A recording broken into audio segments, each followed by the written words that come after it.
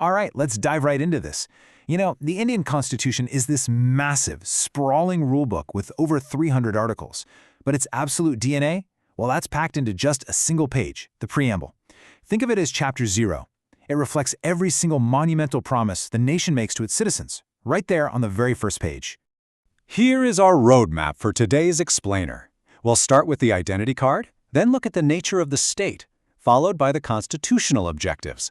After that, we'll unpack Ambedkar's Trinity, and finally we'll tackle the Preamble's legal status and amendability. Okay, Section 1, the Constitution's identity card. Let's get some historical context here. To really understand this document, we have to look at its roots. It traces directly back to Pandit Jawaharlal Nehru's objective resolution. But it also took some profound structural inspiration from the United States Constitution, specifically that incredibly powerful opening phrase, "We the people." N.A. Palkhiwala, who was arguably one of India's most legendary legal minds, famously called the Preamble the identity card of our Constitution. And honestly, it's the perfect description. Just like your own ID card summarizes exactly who you are at a glance, this single page perfectly encapsulates the identity, the philosophy, and really the soul of the entire nation. Now, if you break down the anatomy of this document, you'll find four main ingredients. First, the source of authority, which is the people themselves. Second, the nature of the state. Third, the objectives to be achieved. And finally, the date of adoption, which was November 26, 1949. But there's also this incredibly beautiful human element to it. The original document wasn't just typed out on a machine, it was a handcrafted masterpiece. The calligraphy was meticulously done by Prem Bihari Narayan Raizada, and the stunning artwork around the edges was crafted by artists Nandalal Bose and Ram Manohar Sinha.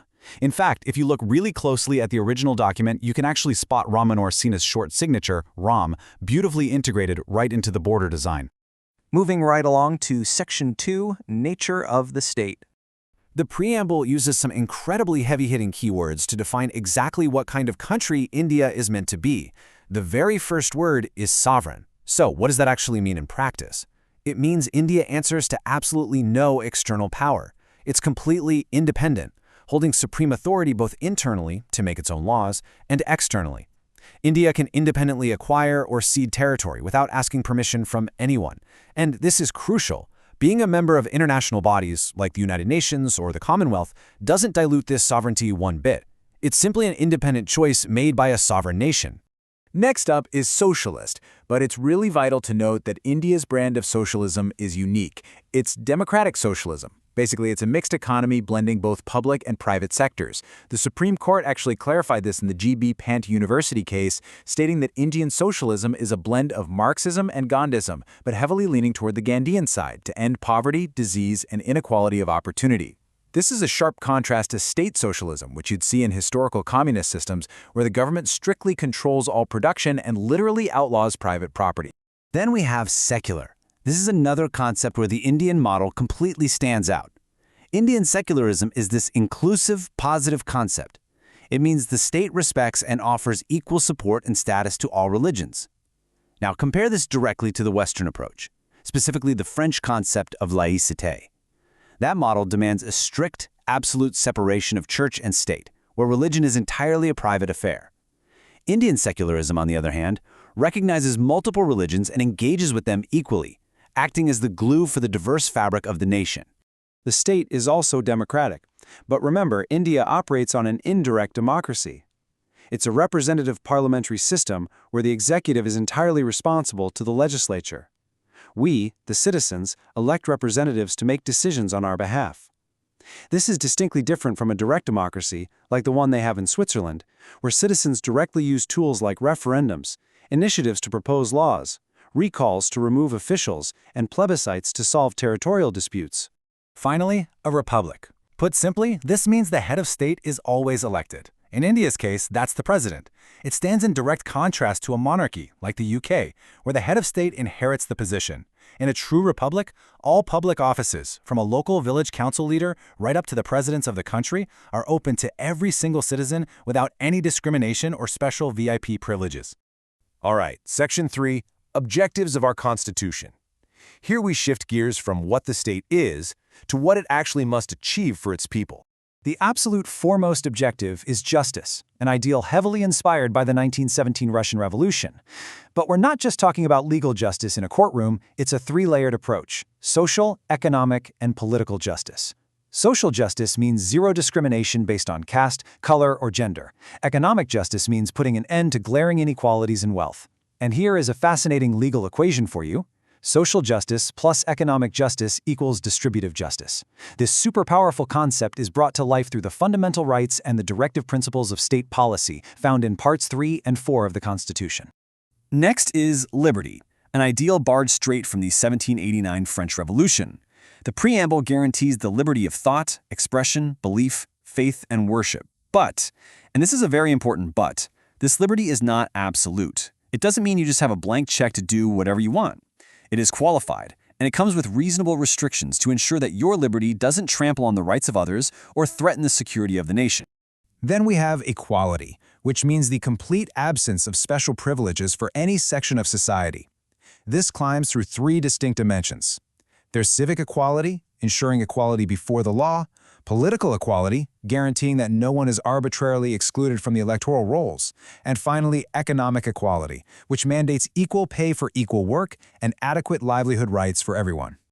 The final objective is fraternity. I like to think of this as the psychological glue of the nation.